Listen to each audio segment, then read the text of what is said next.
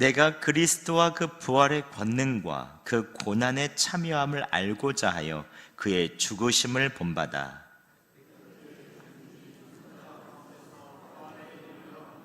내가 이미 얻었다 함도 아니요 온전히 이루었다 함도 아니라 오직 내가 그리스도 예수께 잡힌 바 된 그것을 잡으려고 달려가노라.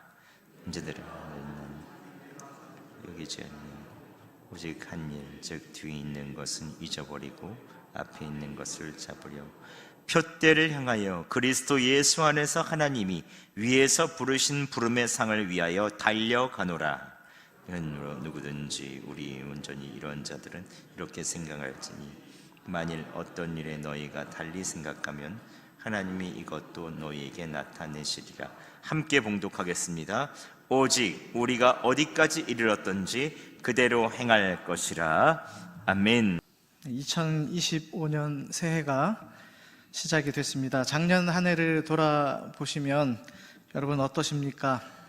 언제 한 해가 지나갔는지 시간이 참 빠르다 생각하시는 분들 많이 계실 것 같습니다.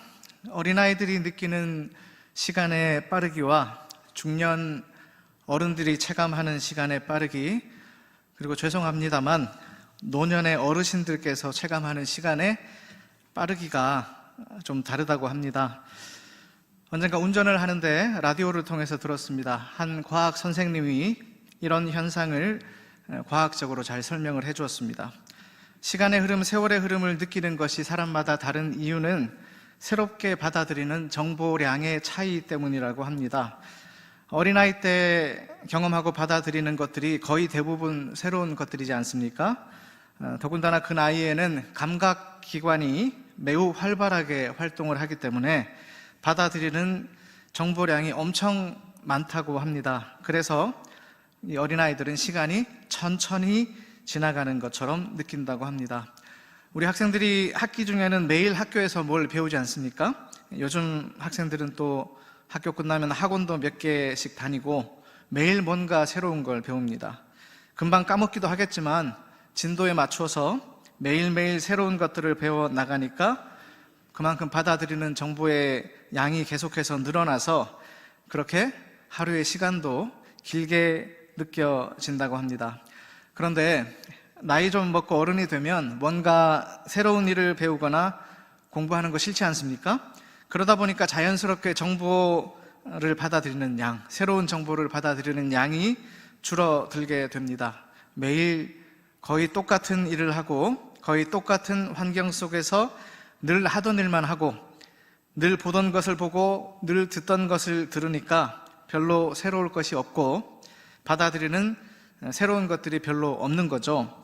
그러다 보니까 시간이 화살처럼, 세월이 유수처럼 그렇게 속절없이 빠르게 흘러가는 것처럼 느끼게 된다고 합니다. 여러분 중에 혹시 세월이 너무 빨리 지나가서 서운하고 별로 기분이 안 좋으신 분 계시다면 그런 분들은 뭔가 새로운 일에 도전을 해보시거나 새로운 것들을 배워보시면 좋겠습니다. 그동안 해보지 않았던 스포츠 활동도 좋고요. 새로운 취미 생활을 시작해 볼 수 있습니다. 외국어 공부도 괜찮습니다. 어떤 자격증에 도전해도 좋을 것 같습니다. 그렇게 새로운 일을 경험해보고 새로운 정보를 받아들이다 보면 시간이 좀 더디게 흘러가는 것을 느끼게 될 것 같습니다. 반대로 나는 시간이 너무 느리게 흘러가는 것처럼 느껴진다면 1분이 1시간처럼 느껴지고 하루가 한 달처럼 느껴지시는 분, 그런 분 계시다면 그런 분은 새로운 일, 다른 일을 찾고 이것저것 다양한 무언가를 시도하려 하지 마시고 우선 나에게 좀 익숙한 일 한두 가지에만 집중해 보시면 좋을 것 같습니다. 그렇게 익숙한 일에 집중을 하다 보면 더디고 멈춰버린 것 같은 시간이 어느새 제법 빠르게 움직이지 않을까 생각합니다.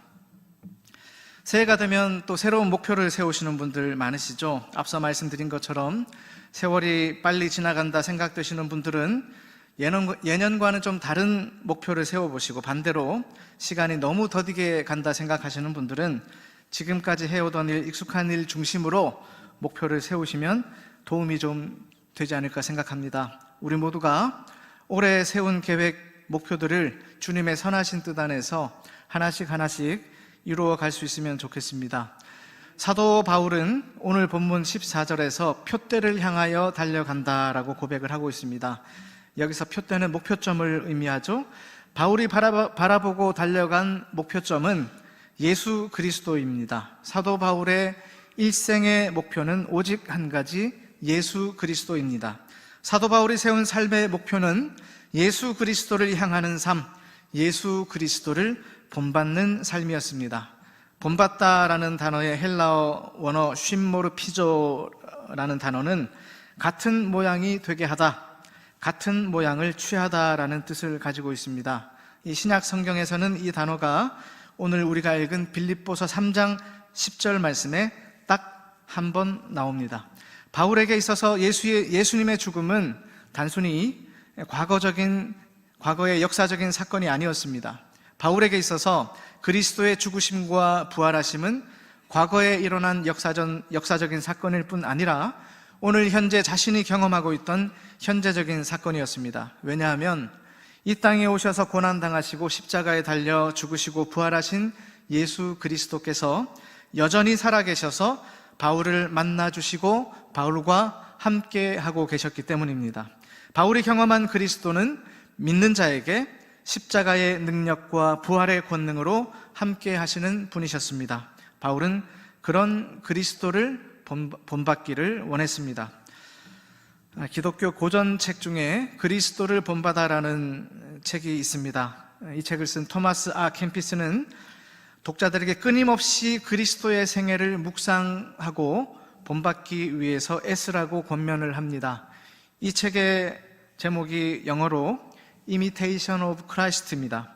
문자 그대로 해석을 해보면 그리스도에 대한 모방, 그리스도를 흉내내는 것 혹은 그리스도에 대한 모조품이라 할 수 있습니다. 책 제목만 보더라도 이 책을 쓴 저자가 얼마나 예수님을 본받기를 갈망했고 애쓰고 노력했는지 그 마음을 엿볼 수 있을 것 같습니다.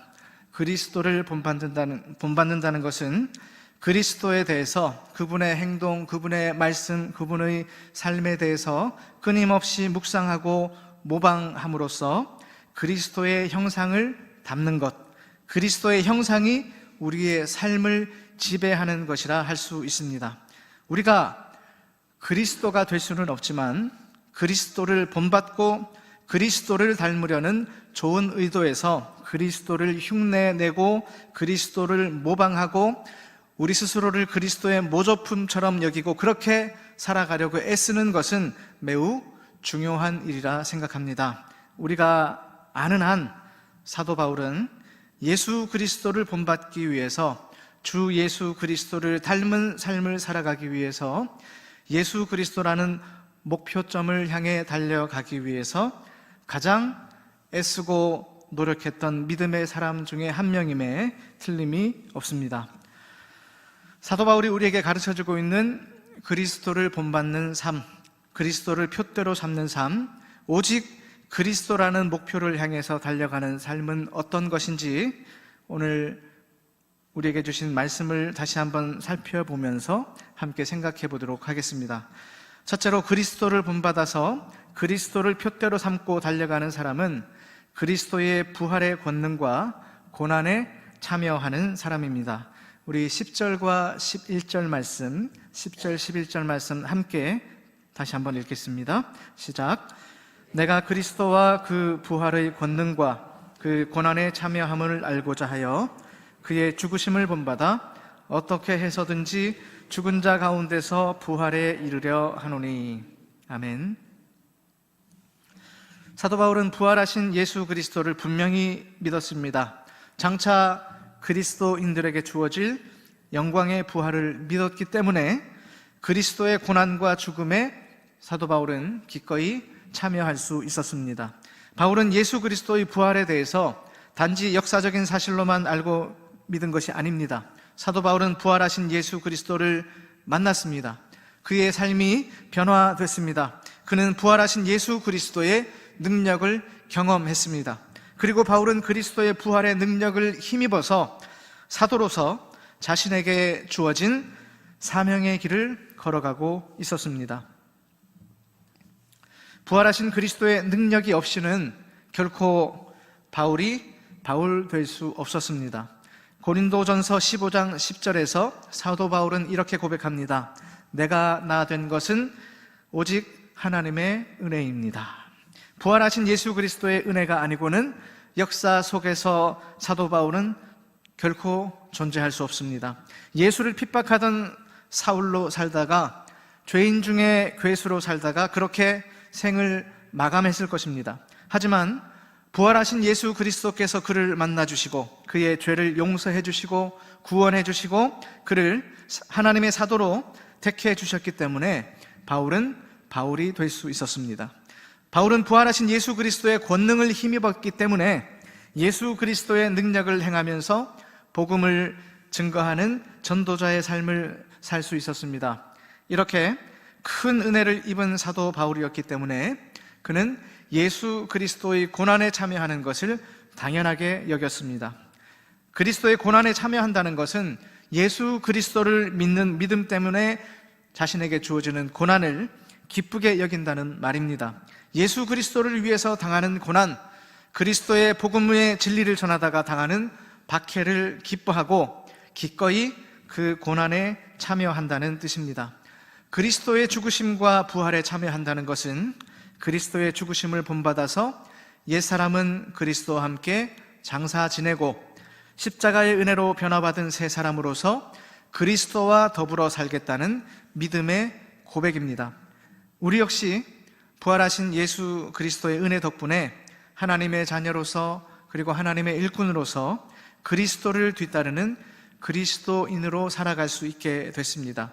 예수 그리스도의 부활의 권능 덕분에 우리가 영생을 얻었습니다. 부활하신 예수 그리스도의 은혜 덕분에 우리가 이렇게 하나님의 은혜 속에서 살 수 있게 됐습니다. 부활하신 그리스도가 아니고는 우리는 결코 이러한 은혜를 누릴 수가 없습니다. 우리는 그리스도의 부활의 권능을 힘입은 사람들입니다. 장차 영광의 부활에 참여할 사람들입니다. 부활의 권능을 힘입고 부활의 영광에 참여할 그리스도인으로서 우리가 그리스도의 고난에도 참여하는 것은 너무나 당연한 일입니다. 우리는 그리스도의 복음, 십자가의 진리를 위해서 살아감에 있어서 어떠한 고난도 감내할 수 있어야 합니다. 꼭 선교 현장에서 당하는 박해, 고난이 아니라 하더라도요, 우리가 복음의 진리를 쫓아가는 삶을 살아가면서 말씀대로 순종하는 삶을 살아가면서 어떤 불이익을 당하기도 하고요, 또 부당함을 겪기도 하고 오해나 편견, 비난이나 손가락질을 당할 수도 있습니다. 예수 그리스도 때문에 우리가 살아가면서 이런저런 불편함을 겪을 수도 있습니다. 그런데 이런 게 싫어서 그리스도를 외면하고 그리스도 본받기를 포기하시겠습니까? 내가 예수님을 온전히 믿고 따르는 것 때문에, 내가 그리스도를 본받아 살아가는 것 때문에 삶 속에서 불편함, 오해, 불이익, 부당함, 편견, 비방에 직면해야 한다면 기꺼이 받아들이고 참고 견뎌내고 이겨낼 수 있어야 합니다. 우리 예수님은 십자가를 참으셨습니다. 그 모진 고통을 견디시고 죽음까지도 받아들이셨습니다. 그리스도를 본받는 우리가 될 수 있으면 좋겠습니다. 그리스도를 본받되 그리스도의 부활의 권능과 부활의 소망 안에서 그리스도를 위해서라면 어떤 불이익이나 부당함, 불편함도 기꺼이 받아들이고 참고 이겨내면서 그리스도의 고난과 죽으심에 기꺼이 참여하는 우리 모두가 될 수 있기를 간절히 소망합니다.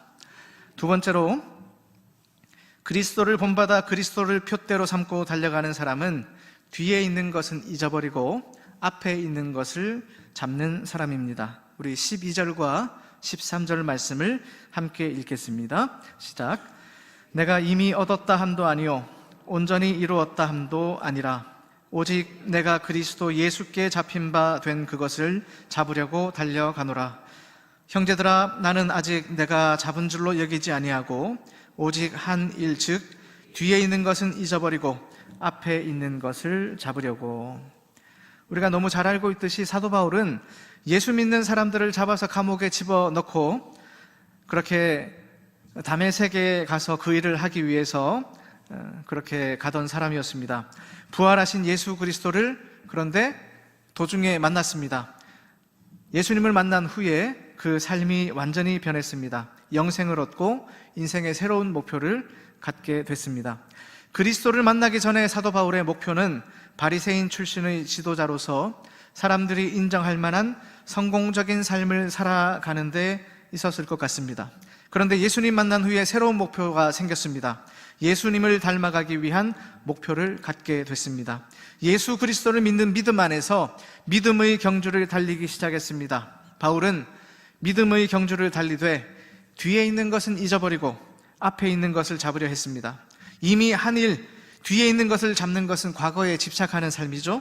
빌립보 교인들 중에는 자신들이 예전에 행한 일들, 종교적 행위와 의식을 통해서 자신들이 받은 영적 은혜가 하나님께로부터 주어지는 신령한 은혜의 전부라 생각했던 사람들이 있었습니다.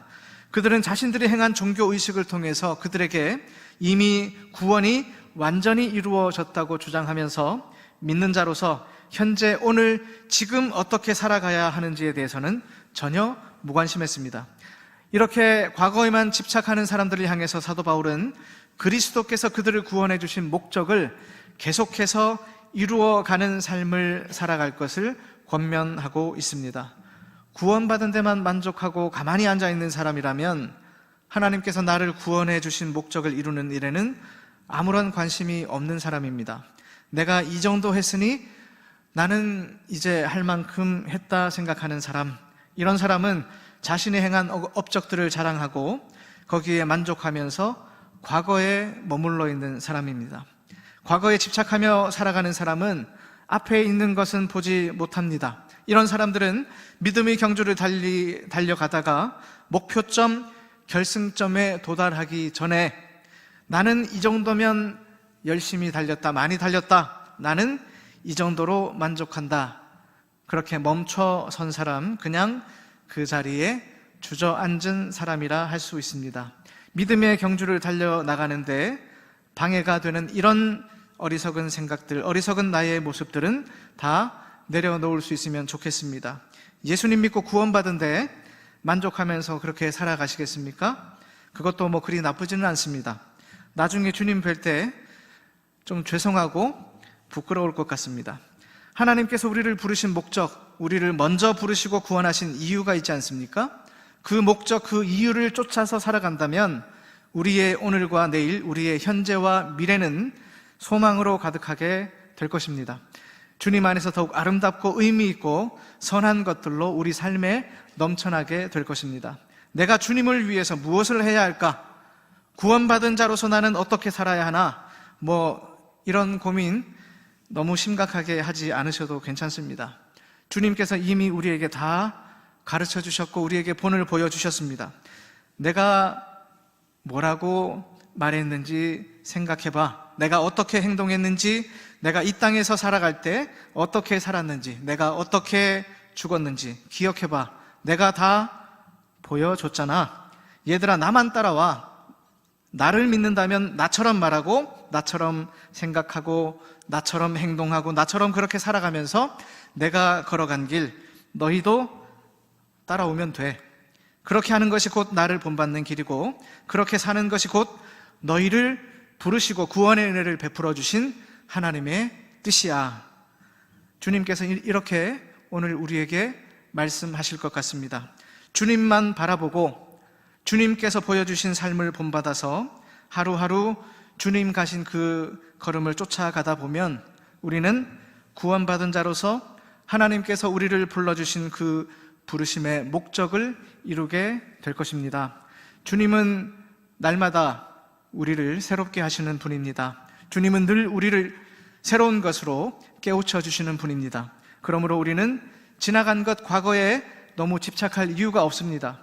오늘 나에게 새롭게 주시는 비전, 올해 새롭게 깨닫게 하시고 행하게 하시는 하나님의 목적에 집중할 수 있으면 좋겠습니다. 날마다 말씀으로, 성령으로 새롭게 깨우쳐 주시는 하나님의 선하시고 온전하신 뜻을 사모하면서 너무 뒤로 돌아보지 마시고 뒤의 것에 미련 두지 마시고 앞에 있는 것을 바라보고 그것을 잡으려고 최선을 다해서 믿음의 경주를 달려가는 우리 모두가 될 수 있기를 간절히 소망합니다. 세 번째로, 그리스도를 본받아 그리스도를 푯대로 삼고 달려가는 사람은 하나님의 부르신 부름의 상을 위해서 달려가는 사람입니다. 바울은 다시 한번 강조하고 있습니다. 우리 14절 말씀 다시 한번 함께 읽겠습니다.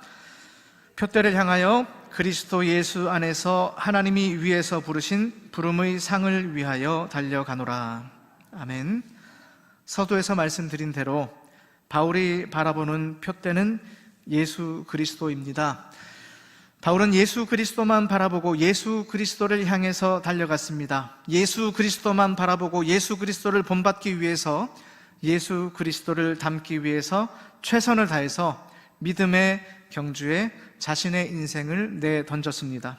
바울이 그렇게 온전한 믿음의 경주를 할 수 있었던 원동력은 믿음의 경주를 마친 뒤에 자기를 불러주신 하나님께서 예비해 두신 상에 대한 기대, 확신이 있었기 때문입니다. 그 부르심의 상은 수고하고 충성된 일꾼에게 주시는 하나님의 상급이요, 동시에 믿는 자에게 주시는 완전한 구원, 구원의 완성을 의미합니다.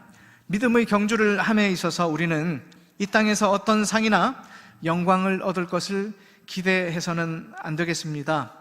믿음의 경주를 통해서 우리가 이 땅에서 기대하고 소망해야 할 것은 오직 하나님의 영광입니다. 혹시 모르겠습니다. 우리가 이 땅에서 믿음의 경주를 잘 달려가다 보면 우리에게 주어지는 상이 있을지, 만일 그런 게 있다면 바울이 자랑했던 것처럼 주를 위해서, 주님의 복음을 위해서 살다가 생긴 고난의 흔적이 아닐까 생각합니다. 우리가 이 땅에서 믿음의 경주를 다 마친다면 장차 하나님께서 우리에게 영광스러운 상급을 주실 것입니다. 이 땅에서 우리가 받게 되는 그런 어떤 영광이나 상과는 비교할 수 없는 상급을 우리를 위해서 예비하신 줄로 믿습니다. 믿음의 경주를 다 달렸을 때 마지막 결승점에서 얻게 되는 것은 구원의 완성입니다. 구원은 예수 그리스도를 믿는 믿음을 통해서 이미 우리에게 주어졌습니다. 그리고 또 한 구원은 우리의 믿음의 삶을 통해서 일평생 믿음의 경주를 달려가면서 온전하게 이루어 가야 하는 것입니다. 그리스도를 본받는 것에 대해서 여러분께 장황하게 말씀을 드린 것 같습니다. 그리스도를 본받는다는 것, 한마디로 얘기하면 예수님처럼 사랑하는 것입니다. 예수님이 우리를 사랑하신 것처럼 그렇게 우리도 서로 사랑하는 것, 아직 구원받지 못한 영혼으로 가득한 우리 이웃을 사랑으로 품고 섬기는 것, 죄악으로 얼룩지고 어두워진 세상을 보듬으면서 세상을 사랑하는 것, 그것이 그리스도를 본받는 삶입니다. 물리학자 김상욱 교수가 지구온난화에 대해서 강연을 한 영상이 있습니다. 제가 그 영상을 보면서 인상에 남는 내용이 있어서 소개를 해드리겠습니다. 지구온난화의 심각성에 관한 내용입니다. 지구 온도를 1도 올리기 위해서 어느 정도의 에너지, 어느 정도의 열이 필요한가에 대해서 설명을 했습니다. 지구의 온도 1도를 올리기 위해서는 무려 200년 동안 쉬지 않고 1초에 원자폭탄을 4개씩 터뜨려야 가능하다고 합니다. 여러분 한번 생각해 보십시오. 200년 동안 하루도 쉬지 않고 1초에 원자폭탄 4개가 터져야 지구의 온도가 1도 올라간다고 합니다. 이게 우리가 살아가는 세상에서 가능한 일이겠습니까? 불가능한 일처럼 보입니다. 하지만 지금 우리가 살고 있는 이 지구상에서 이런 일이 벌어지고 있습니다. 지구 온도 1도가 올라가면 엄청난 기후 변화가 생기고요, 지구의 생태가 변하는 일이 생깁니다. 이런 생각을 해봤습니다. 지구 온도가 상승하는 것은 우리에게 불안하고 위협적인 일이지만 반대로 사랑이 식어져 버린 이 세상이라면 사랑의 온도를 좀 올리는 것은 좋지 않을까. 이 땅에 사랑이 점점 식어지고 있는데 이 지구상의 사랑의 온도를 1도 올리기 위해서는 얼마만큼의 사랑이 필요할까? 떠오르는 분이 있었습니다. 사랑의 원자탄이라 불리던 손양원 목사님. 손양원 목사님이 보여준 그런 사랑의 강렬함이 있어야 하지 않겠습니까? 한센병 환자를 아끼고 사랑하셨던 손양원 목사님, 자기 아들을 죽인 원수 같은 아들을 자기 양자 삼아서 원수를 사랑하라 하신 주님의 말씀대로 사셨던 그 사랑, 그런 강렬한 사랑의 원자탄이 최소한 200년 동안 끊임없이 1초에 4번 정도는 터져줘야 이 땅의 사랑의 온도, 사랑이 식어진 우리 사람들 사이의 사랑의 온도가 1도 정도 상승할 수 있지 않겠습니까? 그렇게 사랑의 온도를 1도 올리고 사랑의 생태를 변화시키면, 그렇게 하려면 대충 적당히 사랑해서는 안 될 것 같습니다. 남들 하는 정도로만 사랑해서는 결코 사랑의 온도를 올릴 수가 없습니다. 그런데 예수님처럼 사랑하면 됩니다. 자기를 온전히 내어주고 온전히 희생하신 사랑, 자신을 온전히 낮추시고 섬기신 사랑, 이 땅의 모든 그리스도인들이, 이 땅의 모든 교회가 그렇게 이웃을 사랑하고 세상을 사랑하고 섬기면 틀림없이 식어진 사랑의 온도가 상승하게 될 것입니다.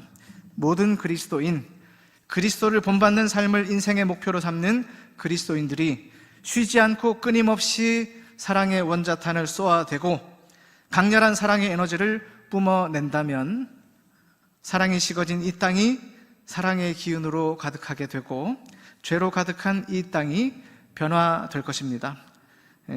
우리 교회는 올해를 교제와 봉사의 해로 선포하고 표어를 웃음 가득한 교회로 정했습니다. 우리가 어떻게 하면 주님 안에서 즐겁게 교제하고 기쁨으로 섬기고 봉사하면서 웃음 가득한 교회로 세워갈 수 있을까 생각해 보니까 우리가 다 그리스도를 본받는 삶을 살아가면 될 것 같습니다. 2025년 한 해 그리스도를 더욱 본받아서 주님 안에서 서로 사랑의 교제를 나누고 기쁨으로 봉사하면서 우리 여수성동교회를 정말 웃음 넘치는 교회로 세워나가는 교회의 거룩한 지체들 다 될 수 있기를 주님의 이름으로 축복합니다. 기도하겠습니다.